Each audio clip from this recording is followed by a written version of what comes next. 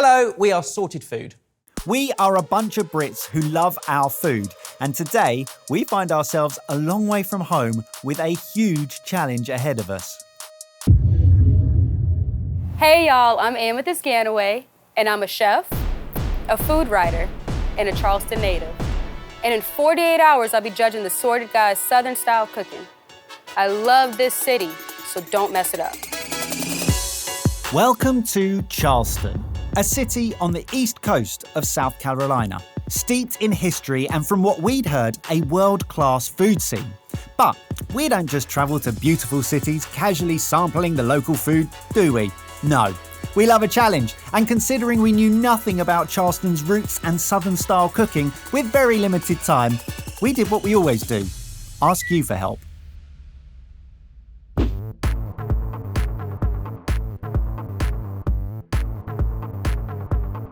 So we needed to learn about Gullah Geechee origins.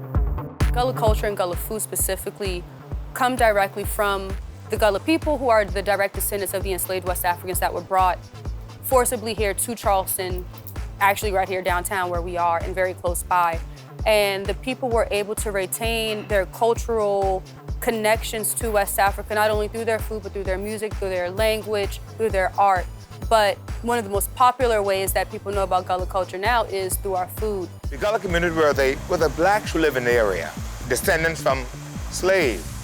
The residential section in this part of town, back around in the early 1700s, was once known as your French quarters. From around 1800 to around 1943, was once known as the red light zone. Bad part of town. Well, it depends who we're talking to. The tour was amazing. We were shown all parts of Charleston, the incredible houses, and began really to appreciate the impact the Gullah Geechee people had on the city and the food scene. Gullah food was food that was free. In other words, the food in the ocean, the food was on the land. You know, God provided all the food.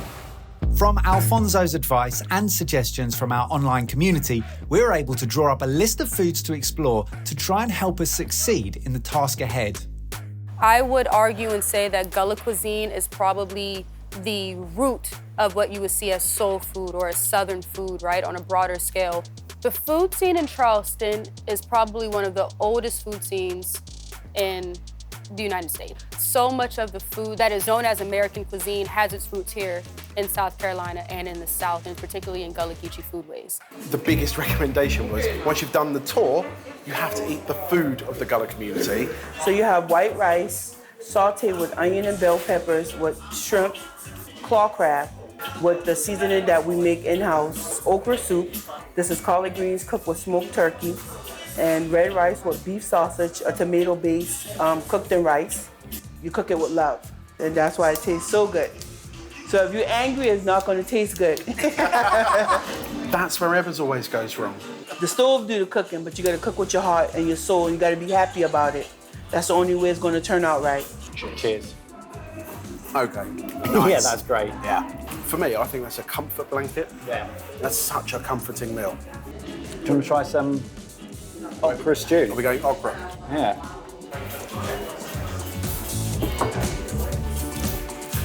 Sorry, okra, tomatoes. It's a tomato base, but it's got something else to that, hasn't it? Oh, it's got a nice spice. Alfonso said it's all the free food. What can you grow in the ground? What can you catch from the sea? What's already there that you can use because you don't have any other resources? Collard greens? Brace yourself. I do not taste like vegetables. Charleston red rice. So it's a bit like jambalaya, but with more tomato paste. Yes. So it's more sweet. Oh, this is so good. This is the history of the city on one table. Yeah. And when it comes to our challenge, I think the important thing is that we don't try and make it. We can't. There's no Because we point. can't make it. Yeah. One of the ingredients on our list was Jimmy red corn, so we headed across town to Highwire Distillery to see if we could learn about it. There's been a recent kind of emergence of culinarians who focus again on farm to table, being very sustainable, and more importantly, probably heirloom ingredients. So you start to see things like Carolina gold rice or bene seed, or certain varieties of corn like Jimmy red corn that were used in the 1800s, and we're seeing that revitalization. Jimmy red corn. This is why we're here. It was time to meet Anne to learn more about Highwire Distillery's Jimmy Red Revival project. So this is our Jimmy red corn. It was grown on the next island over, James Island in South Carolina for decades, hence Jimmy Red. It was a famous moonshiner's corn, prized for its moonshine properties. Again, a lot of oil, a lot of flavor. We're very lucky here in Charleston in the Low Country to have a number of historians and scholars and grain scientists who are all working towards researching grains that were once in favor that somehow fell out of favor due to market conditions or just not being able to make it to market in a profitable way. Anne explained she wanted to focus on sustainability and forming a community supporting the growth of local ingredients, although there was a slight catch. So this is the one you want, but there's literally not enough corn available for you to make one batch. So you're gonna have to grow it yourself. So they grew some, and we are very happy that they did. With all this delicious bourbon within touching distance, it was time to sample it for ourselves. With snacking cheese, of course. Cheers. Cheers, boys. Oh, that is fantastic. Ebbers, what do we have here? The owner of the distillery used to be a baker, so this is kind of their signature cornbread made with the Jimmy red corn, plus some crackers made with the spent grain after they've made the whiskey, plus some ham from a guy down the road who smokes his own ham, and is the same guy who smokes the corn they use in their that one. The smoked whiskey. The smoked, almost mezcal style whiskey. And on the topic of grains, we've got some sorghum butter. I guess we would call it another ancient grain, but it's still grown in West Africa. Cheers. Cheers. Cheers. And that's that thing with cornbread always. It's that cross between bread and almost cakiness and spongy lightness. And yet this feels like it's been made whole grain because you've got that kind of nuttiness through. For me, that is amazing. Well, damn. Boys, I'm having a great time. This is amazing. What I'm learning here is Jimmy red corn provides texture, not just in what's distilled, but also in the cornbread. We're going to make a lot of mistakes, and you're going to be the flagship of those mistakes, Ebbers, because you're the chef. You're head chef. Next on the list, she crab soup. So we've come to 82 Queen to speak with Trista. She crab soup, it's just a staple here in Charleston. It originated here in Charleston in the 1900s. It's a citywide signature dish just because everybody in Charleston has it on their menu. If you look at a lot of the menus, everybody has their own variation, but ours is the best in Charleston. And we have all the awards to All the prove awards it. to prove it. Yes. Cheers. Cheers. That is smooth. Oh. That's like eating crab veloute. Oh my goodness, that taste of cream. And little pops. Thick and creamy. Yeah, from the roe. Little pops from the row.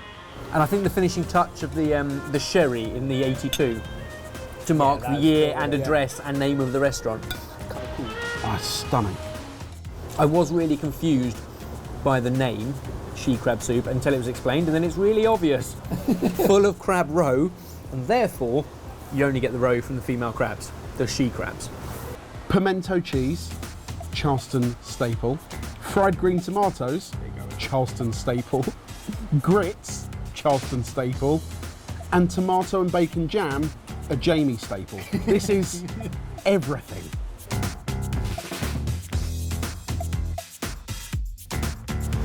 Tomato jam Yep. and the fried green tomatoes. Yep. That combination, the sweetness of that, is worldy. You kind of got that tang of tomato rather than like a sweet ripe tomato. But I think you need it because it's breaded and it's oily and it's fatty. Well, what I'm learning is this dish is loved and hasn't changed in 40 years since they've been open because it doesn't need to change. Right. You need to eat this, otherwise it's going to go very quickly. Yummy, yum, yum. Dig in.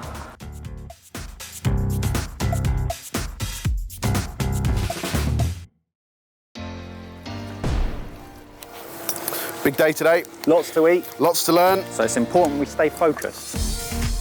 Charleston is on the stunning Atlantic coast, so of course we had to get out there.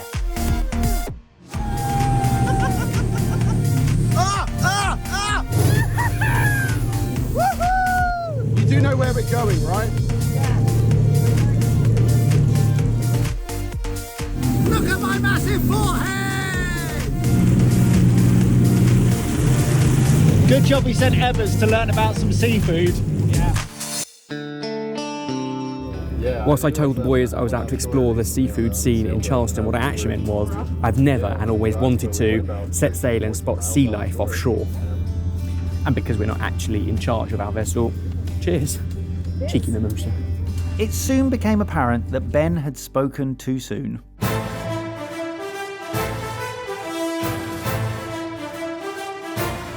Now we'll pick up some speed.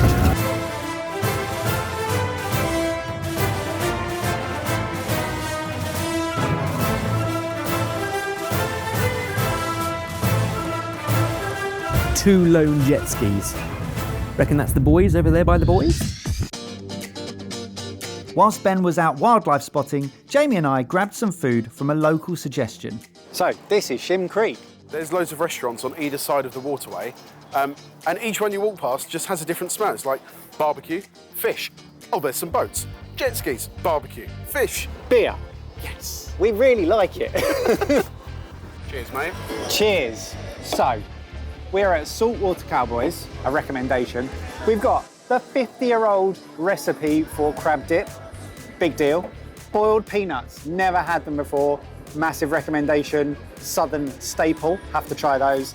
And everywhere you go, it's shrimp, shrimp, shrimp, shrimp. So we're trying the freshest, juiciest shrimp, we're hoping. Cheers. Cheers. That is fantastic. Hi, I'm Mike. I eat seafood now. Oh, hello. Oh, wow. That looks unlike any peanut I've ever had. They are excellent. I could eat these all afternoon. Soft and juicy peanuts. Yeah, they're soft. They've got a bite, but they're really salty, and they taste like What is that? legume. Yeah, it does taste legumy. Yeah, legume is the best way I can describe it. It tastes more like a bean. It tastes like a bean. Look how productive we can be when we've got jet skis and no Evers. Southern shrimp is just perfect. You just cannot beat it. It's so juicy and plump. That's their family cocktail sauce. Like a roasted tomato and Tabasco sauce. That is amazing. This is great. Evers is going to ask us what we've learned. Yes. The seafood here is good. Like really, really, really good. Is that going to be a revelation? Being on water and having a surplus of fish around and combining that with soul food, it's very geographically, yeah, I don't know, it makes sense. There's some good swordfish here. There's a restaurant called Fleet's Landing over there that's really nice. It's made and prepared well. With passion. With passion, yeah. Following loads of suggestions, including Captain Jackson, we came to Fleet Landing and ordered 2 of the Low Country specials. Gumbo, absolutely rammed full of fish, but also with the okra and the rice. And then, probably the best dish was the mahi mahi. It had like a bean and sweet corn succotash, but most importantly, the red Carolina rice. And that is an absolute staple of the Gullah community. Meanwhile, Jamie and I headed to Glass Onion for a southern staple with a twist. How's it taken this long before I've eaten something resembling fried chicken? Although it's not. It's fried quail. Fried quail, green bean salad, and grits. Cold green beans with what tastes like a lemony garlic dressing. Yeah, like almost like a Caesary. Cheers. Cheers. That is fantastic. That is so tender. before we came to Charleston, I'd had grits before, but I don't think I'd necessarily understood grits or appreciated it. So it turns out the Glass Onion have a cookbook, and it has everything on the menu in there, all the secrets. And by purchasing the book that has all of the secrets, it might help Evers forget that we spent the morning jet skiing instead of researching.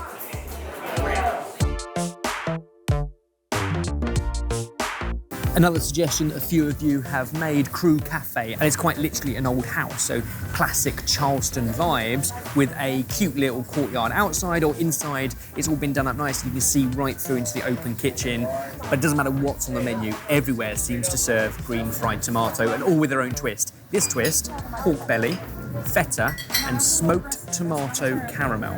It has that tartness and texture of just cooked cooking apple. So it's also sometimes used in mock apple pie, but here you have that tart sweetness with salty cheese, smoky pork, and that smoky tomato caramel. Little did we know, the day wasn't quite over. We had one more surprise in store. Okay, well, hello, you guys. Welcome to Diva Dance Parties Charleston. I am Baker, or you can call me Shake and Bake. And today, I don't know if you guys are aware, but we are going to learn the Charleston dance. Have a fun little routine to the Charleston. And of course, we had to turn it into a challenge. Baker was judging us to crown a winner. Here's the Charleston! All right, we got this. So 1, 2, 3, 4 heels, 5, 6, 7, 8. Then we're gonna lift both of our feet up, and so your weight is on your toes. 1, 2, 3, 4. I'm having a great time. Have you seen Evers? Oh, twinkle toes over here.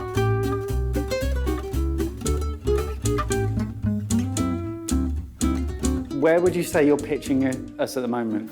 Y'all are intermediate. Intermediate beginners. No, y'all are killing it. 1 and 2 and 3, hold 4.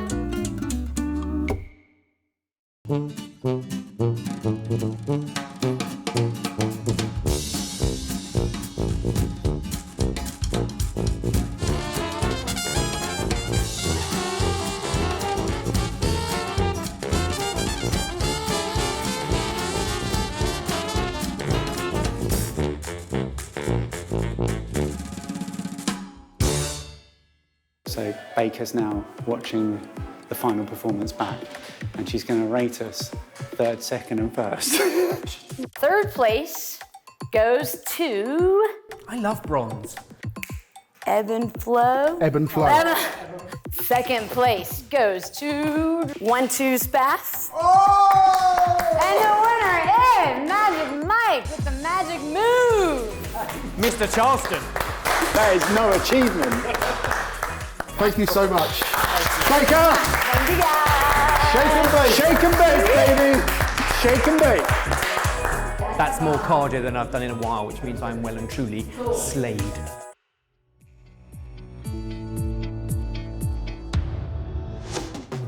Next time, it starts to get real. And with the bar set high from the delicious food we've experienced in Charleston, it was time to put everything we'd learned into practice.